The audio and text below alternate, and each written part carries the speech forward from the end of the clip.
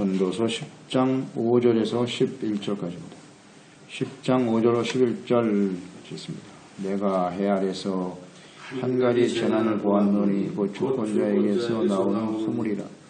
우매한 자가 크게 높은 지위들을 얻고 부자들이 낮은 지위에 앉는도다. 또 내가 보았노니 종들은 말을 타고 고관들은 종들처럼 땅에 걸어다니는도다. 함정을 파는 자는 거기에 빠질 것이요 담을 허는 자는 뱀에게 몰리리라. 돌들을 떠내는 자들은 그로 말미암아 상할 것이요 나무들을 쪼개는 자는 그로 말미암아 위험을 당하리라. 철련장에 무디어 젖는다도 나를 갈지 아니하면 힘이 더 드느니라. 오직 지혜는 성공하게 유익하니라. 주시를 베풀기 전에 뱀에게 물렸으면 술객은 소용이 없느니라. 아멘. 지혜가 없는 삶의 특성. 사람들은 우매자와 지혜자로 구분할 수 있겠죠. 지혜를 얻는 것이 더 가치 있고 복된 삶을 살 수가 있습니다. 그러나 지혜는 하나님을 알지 못하는 사람에게는 이런 참된 지혜가 없다는 거예요. 일반적으로 지혜는 지식하고는 좀 다르죠. 지혜는 삶을 통해서 경험되어지는, 깨달아지는 것이거든요. 그 인생을 많이 살면 연륜이 쌓일수록 사실은 지혜가 생기는 거죠. 근데 연륜이 오래돼도, 오래 인생을 살아도 지혜롭지 못한 사람들도 많죠. 그냥 아무 생각 없이 사는 사람들이 많으니까요. 그런 지혜를 깨달아서 젊은 세대에게 가르치고 해야 하는데, 하나님을 알지 못한다면 참된 지혜는 결코 얻을 수 없는 것이죠. 그래서 나름대로 인생에 가치를 부여하고 열심히 살아갑니다만 지혜가 없는, 하나님을 알지 못하는 인생은 헛될 수밖에 없다는 거죠. 5절 이하 7절 말씀에도 보면 해 아래서 한 가지 재난을 보았다. 재난. 심각한 재앙과 같은 일이 있는데 그것은 곧 주권자에게서 나오는 허물이다. 허물. 주권자, 통치자에게서 나오는 허물. 사회, 한 나라와 사회의 재난이 전적으로 주권자의 허물에서 비롯된다 하는 말이죠. 지도자의 무능, 이것이 나라 전체에 재앙을 가져다 주는 거죠. 하나님을 알지 못하는 이 지혜가 없으니까요. 이 주권자가 원래 모든 권세는 하나님께서 주셨다 그랬는데 이것은 공의로 나라를 다스리도록 하는 것이잖아요. 공의. 그런데 공의와 법치가 사라지고 공공의 이익보다는 사사로운 이익을 추구하고 어리석은 통치를 하게 된단 말이에요. 그래서 우매자들을 높은 지위에 앉히고 6절에 이어지겠죠. 우매자가 크고 높은 지위에 앉고 부자는 낮은 자리에 앉히고 공정한 인사를 하지 못하게 되는 거예요. 근데 그 폐해가 얼마나 큰가. 이런 어리석은 우매한 통치자들은 아첨하는 자들을 가까이 두게 되겠죠. 그리고 종들이 말을 타고 다니고 고관들은 걸어 다니는 이런 사회 질서가 아주 문란하게 되는 거예요. 우매한 통치자. 이건 모든 역사 속에 계속 진행되어 왔고요. 오늘날도 계속되고 있는 거예요. 종들이 말을 타고 다닌다. 즉 우매한 통치자는 이 종과 같은 비선 실세들이 나라의 관리를 종으로 부리고 이런 일들이 벌어지는 거예요. 그러니까 나라를 혼란스럽게 하는 거죠. 혼란스럽게 하는 거예요. 통치자가 공의로 나라를 다스리기 위해서 가장 필요한 것은 하나님을 두려워해야죠. 하나님을 두려워하는, 공의로운 하나님을 두려워할 줄 알아야 한다. 이건 아주 분명한 진리인데요. 그러나 세상의 권력자, 주권자들은 하나님을 잘 모르니까, 최소한 민심이 천심이라고 하지 않습니까? 국민들을 두려워할 줄 알아야죠. 그래야 온전한 지도자가 될 수 있을 텐데. 공의로운 하나님을 두려워해야 온전한 지혜자가 될 수 있겠죠. 전도자인 솔로몬이 이 글을 기록할 때 자신의 이후에 일어날 열왕기의 역사를 통해서 이 말씀이 그대로 증명이 되죠. 주권자의 허물은 재난이다. 역사가 증명하고 있습니다. 하나님을 경외하지 않는 우매한 통치자들로 인해서 얼마나 심각한 폐해가 일어났습니까? 당장 자신의 아들인 르호보암을 통해서 나라가 둘로 갈라지고 우매하죠. 또 여로보암을 통해서 시작된 북이스라엘이 어떻게 멸망해 갔는가. 그러니까 이 말씀은 진리예요. 진리. 그렇습니다. 이건 재난입니다. 재난. 주권자에게서 나오는 허물은요. 그러니까 우매한 통치자들로 인한 폐해가 매우 심각하다. 그러니까 이런 것들을 우리가 잘 분별해낼 줄 알아야 된다. 하나님을 경외하는 자들은 그래서 잘 분별할 수 있어야겠죠. 또 8절로 9절에 이웃을 해하려고 하는 자들, 이들은 우매한 자다. 그 결과는 어떠냐? 함정을 파는 자는 거기에 자기가 빠진다. 함정을 파는 건 이웃을 해하려고 모함하고 함정을 파는 것이거든요. 이것 또한 진리입니다. 진리. 반드시 그렇게 된다는 거예요. 함정에 자기가 빠져요. 담을 허는 자, 남의 것을 빼앗으려고 하는 자에는 뱀에게 물릴 것이고, 돌들을 떠내는 자나 나무를 쪼개는 자는 스스로 상하거나 위험에 빠지게 될 것이다. 이것도 역사 속에 그대로 진행되고 지금도 이루어지고 있는 일이고, 그래서 이웃을 해하려고 하는 사람들, 이게 악행이거든요. 하나님의 뜻은 분명하죠. 하나님 사랑, 이웃 사랑이죠. 십계명. 계명을 요약하면 마음을 다하여 하나님을 사랑하고 내 이웃을 내 몸과 같이 사랑하라. 이건 하나님의 뜻이에요. 이웃 사랑이 곧 하나님 사랑이거든요. 이웃 사랑의 모든 율법이 다 완성됐다고 그랬단 말이에요. 이웃을 사랑하고 불쌍히 여기는 것이 하나님의 뜻인데, 이렇게 이웃을 빼앗고 헐고 모함하고, 이것은요 곧 하나님을 대적하는 일입니다. 하나님을 대적하는 거예요. 그러니까 하나님의 심판을 피할 수 없겠죠.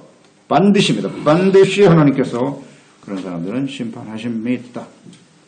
그렇기 때문에 그 함정에 자기가 빠지게 되는 거예요. 당장은 힘있어 보이고 사람들을 억압하고 고통받는 사람들을 멸시하고 말이죠. 잘 될 것 같이 보이죠? 반드시 함정에 빠집니다. 이건 뭐 절대 진리입니다. 하나님이 살아계시거든요. 하나님이 살아계십니다.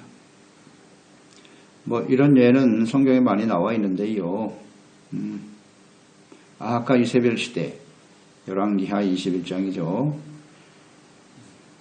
성 근처에 있는 나봇의 포도원을 빼앗기 위해서 이 아합 왕이 고민하고 있었죠. 그때 그 악한 이세벨이 일어나서, 왕이요, 절대 권력을 가진 왕이 뭐 그런 거 하나 가지고 고민합니까? 걱정하지 마시오. 그래서 그 나봇을 거짓 증인을 세워가지고 왕을 대적했다, 저주했다, 모함을 하죠. 그래서 나봇을 돌에 맞아 죽게 해요. 그 다음에 가서, 왕이여 내려가소서, 나봇이 죽었나이다. 빼앗았잖아요, 포도원을. 이에 대해서 하나님이 뭐라고 하셨는고? 왕상 21장 19절. 너는 그에게 말하여 이르기를 여호와의 말씀이 네가 죽이고 또 빼앗았느냐 하셨다 하고, 그에게 이르기를 여호와의 말씀이 개들이 나봇의 피를 핥은 곳에서 개들이 곧 너의 피, 곧 내 몸의 피도 핥으리라. 그대로 됐어요. 그대로 됐습니다. 아합이 그곳에서 죽고, 하나님께서는 그렇게 하셔요. 이것은 모든 시대에 나타나는 진리입니다. 남을 해하려고 하는 자는 반드시 그렇게 돼요. 또 하나의 예를 들어보면 다윗의 경우겠죠. 다윗. 충성스러운 우리아의 가정을 파괴했잖아요. 남의 담을 헐었다. 이거. 가정을 파괴했어요. 그 아내 바세바를 취하고 간음했죠. 그것을 부모하기 위해서 우리 애를 데려다가 애를 썼는데 안 되죠. 그러니까 전쟁의 맨 일선에서 죽게 만들죠. 모살했어요. 모살. 심각하죠. 이게 하나님께서 다 보고 계시지 않습니까? 그 결과는 어떻게 되었나요? 아들들 간에 살인이 벌어지죠. 근친상간이 벌어지더니 살인으로 이어지더니 압살롬은 또 아버지를 죽이려고 대적하여 일어나죠. 그러다가 죽지 않습니까? 피가 떠나지 아니하리라. 예, 그대로 되는 거예요. 이건 하나님이 살아계시기 때문이다. 이런 걸 우리는 잘 생각해야 합니다. 그래서 이웃 사랑이 하나님의 뜻이다. 이웃을 해하려고 하는 사람은 반드시 빠집니다. 그러니까 이런 일들을 보게 되죠. 우리는 뭐 이런 일이 세상에 너무 많으니까. 또 우리가 그런 일을 당하기도 하고, 억울한 일을 당하기도 하고, 모함과 함정에 빠지기도 하고 말입니다. 그러나 그런 일을 당할 때 오늘 말씀을 생각하면 됩니다. 그런 것 때문에 걱정하거나 두려워할 필요 없어요. 우리가 바른 길을 가고 있으면, 하나님과 바른 관계 속에 있으면요, 나머지 하나님이 정리하십니다. 참 이 세상이 불의한 세상 아닙니까? 불공정한 세상이고 악한 자들이 득세하고 말입니다. 이런 세상을 보면 정말 답답하죠. 그런 이런 악한 세대를 볼 때 두 가지의 마음을 갖게 되겠죠. 끝까지 믿음을 지키면서 의의 길을 가든지, 아니면 그들과 함께 타협하든지, 또 그 악을 행하는 사람들을 계속 원만 불평하면서 그렇게 살든지. 불안하죠. 이런 일로 인해서 두려워할 필요도 없고요. 스트레스 받을 필요도 없어요. 이 온전하지 못한, 지혜롭지 못한 통치자나 그런 사람들 때문에 참 고통스럽죠. 이런 세상을 들여다보면. 그러나 뭐 그것 때문에 우리가 걱정 하나 할 건 없어요. 오직 하나님이 전능하시고 살아계신 하나님이시기 때문에 공의로 판단하시겠죠. 지금까지 뭐 저도 이렇게 긴 인생을 살지 않았습니다만, 인생 여정을 돌이켜보면 하나님이 반드시 그렇게 하시더라고요. 가만 안 두십니다. 그런 일들이 다 우연히 발생하는 게 아니고요. 하나님께서 하시는 일들입니다. 그래서 우리는 정도를 가면 돼요. 하나님의 의를 따라가고 주님의 말씀을 쫓아가는 일에 힘쓰면 돼요. 대적하는 자들 두려워할 필요도 없고요. 그래서 특히 우리가 이웃에 대한 이 태도는 매우 중요합니다. 10절 11절 무딘 철 연장을 관리하려면 힘이 더 든다. 그렇겠죠. 나무를 갈아야죠. 이 철을 갈아야, 도끼를 갈아야 더 많은 것을 얻을 수 있을 텐데 말이죠. 그러니까 철 연장이 무디어졌는데도 그랬죠. 무디어졌는데도 나를 갈지 아니하면 힘이 더 든다. 그러니까 나무를 할 때 계속 찍는 거야. 나무가 도끼 날이 무디어졌는데도 계속 하는 거야. 참 어리석은 일이라고. 힘만 더 들죠. 쉬면서 나를 갈아야지. 갈면서 또 찍고 그래야 효과적으로 더 많은 것을 얻을 수 있을 텐데 말이죠. 그냥 무조건 열심히만 해라. 그렇다 해서 되는 게 아니에요. 어떤 일을 하게 될 때 사전에 철저하게 계획을 세우고 좀 용이 주도하게 일하는 것이 필요하지 않겠어요? 그냥 일만 많이 시킨다고 해서 되는 게 아니거든요. 참 안타까운 일이 이게 굉장히 또 분명한 지혜인데 이게. 지혜인데. 좀 쉬면서 재충전하게 만들고 해야 되잖아요. 우리의 인생도 참 쉼 없이 살잖아요. 우리의 인생이. 참 열심히 그냥 하면 된다고 생각하는데 지혜가 필요해요. 지혜가. 그래서 우리가 주일날 하나님께 나와서 말씀을 듣고 하나님 앞에서 우리의 잘못된 것을 벗어버리고 회개하고 돌이키고 이게 나를 가는 거예요. 주일 성수하고 하나님 말씀을 듣고 예배 드리는 것이 우리의 무뎌진 우리의 심령을 새롭게 하는 시간이거든요. 근데 이것을 무시하고 예배드리지 않고 말씀 가까이 하지 않고 그냥 열심히만 살면 될 것 같다고요? 그러다가 죽습니다. 예, 죽어요. 하나님과의 관계가 단절되어 버리고 영적으로 죽어버리면 그것이 무슨 유익이 있겠습니까? 지혜를 가르고 닦지 않으면 해를 당하게 됩니다. 그래서 하나님의 말씀을 묵상하고 배우면서 지혜를 얻게 되는 것이 더 큰 성공을 얻게 되는 것입니다. 그것이 하나님을 경외하는 지혜가 되면 유익이죠. 유익이죠. 그래서 우리는 세상에 있는 지식과 인간의 노력과 능력으로만 하려고 애쓰지 말자. 하나님의 말씀과 성령의 인도하심을 받는 삶을 위해서 더 많이 힘쓰고 헌신하는 그런 지혜를 발휘해야 되는 것이에요. 그래서 히브리서 4장 12절에도 보면 하나님의 말씀은 좌우의 날선 검과 같다 그랬잖아요. 우리의 심령, 골수까지도 관절까지도 찔러 쪼개게 하신다. 하나님은 우리를 감찰하시는 분이라 그랬잖아요. 날카로워야 돼요. 하나님의 말씀을 날카롭게 우리 가운데 지혜를 갈아서 말씀이 지혜니까. 지혜롭지 못하니까 이렇게 어리석은 일들이 폐해가 일어난단 말이에요. 다윗의 예도 들었습니다만 다윗과 같이 그 지혜로운 사람 아닙니까? 하나님을 경외했던 그 사람도 한순간 무뎌지니까 남의 아내를 취하여 그런 어리석은 짓을 한단 말이에요. 성경에 다윗처럼 하나님께 인정받은 사람이 없어요. 그런 다윗도 이렇게 무뎌지거든요. 교훈을 얻어야 됩니다. 우리가 과거에 한순간 믿음이 좋고 주님을 잘 섬겼다 할 수 있으나 하나님과 말씀으로부터 멀어지는 순간 이 나를 계속 갈지 않으면 반드시 무뎌진다는 거죠. 그 순간의 그 피해는 정말 심각하다. 그래서 우리는 성경을 통해서 교훈을 얻게 되는 거예요. 그래서 매일 갈아야 돼요. 매일. 지혜롭게. 수고하고 무거운 짐진 자들아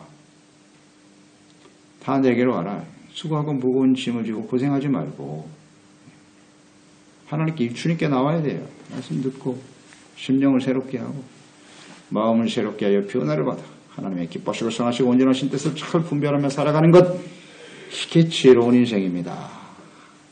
그러니까 하나님께서 지혜 근본이 하나님이신데 우리가 하나님을 알고 하나님의 말씀을 이렇게 가까이 주시고 언제든지 와서 주님의 말씀을 듣고 배울 수 있도록 깨달을 수 있도록 해주셨는데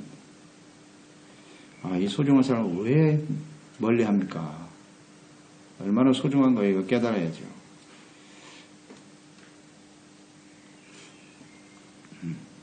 이런 지혜를 가지고 인생을 사는 게 유익이다. 주술을 베풀기 전에 뱀에 물렸으면 술객은 무슨 소용이 있겠느냐. 그렇죠? 하나님이 이렇게 엄청난 지혜의 말씀을 우리에게 주셨는데도 이 지혜를 활용할 줄 모르고 악한 원수마귀에 물려버리면 무슨 유익이 있겠습니까? 저는 그렇게 묵상이 됐네요. 뱀에게 물리면 무슨 소용이 있냐. 우리가 얼마나 소중한 지혜를 얻은 사람들인데 말입니다. 실제로 오늘날 많은 사람들이요. 그것도 하나님의 자녀와 백성들이 솔로몬 이후에 현실화된 것이고요. 하나님의 백성들이 그렇게 돼버리잖아요. 그래서 우리가 우리의 심령이 지혜로 잘 이렇게 지혜로 닦여지고 있는지를 묵상해 보세요. 무뎌졌는데도 그대로 내버려뒀다가는 10만 더 드는 거 인생 수고하고 고통만 하는 겁니다. 고통스럽게 사는 거예요. 주여 이런 지혜가 오늘 우리와 우리 자녀 세대 가족들에게 임하기를 간절히 기도하는 것이죠. 맞습니다. 하나님 아버지 오늘도 지혜롭지 못한 인생이 얼마나 피곤하고 힘들고 고통스러운 것인가를 잘 보았습니다. 지혜롭지 못한 통치자 하나가 주권자 때문에 나라의 재난이 일어나는 것입니다. 재앙이 찾아오죠.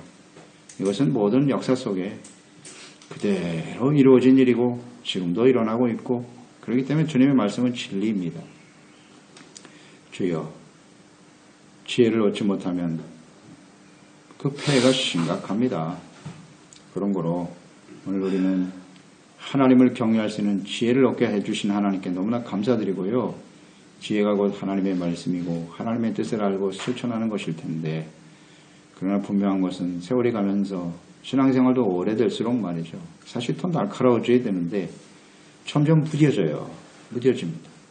말씀과 기도도 처음에는 하나님 말씀 들을 때는 그냥 그 말씀 앞에서 우리의 죄가 깨달아지고 회개하고 돌이키는 역사가 일어나고 정말 들고 떨리는 마음으로 하나님을 섬겼었는데 갈수록 날이 무뎌져요. 말씀을 들어도 은혜가 안 되고 깨닫지도 못하고 내가 하나님 앞에서 얼마나 심각한 존재인가를 전혀 인식하지 못한 채 살아가는 것이 오늘 우리의 모습은 아닌가. 하나님의 말씀이 좌우의 날성검과 같이 우리를 잘못을 깨달아주고 바로잡아 주시는 은혜가 우리 모든 지체 가족들에게 임하게 하시옵소서. 예수님의 이름으로 기도드리옵나이다. 전도서 10장 5절에서 10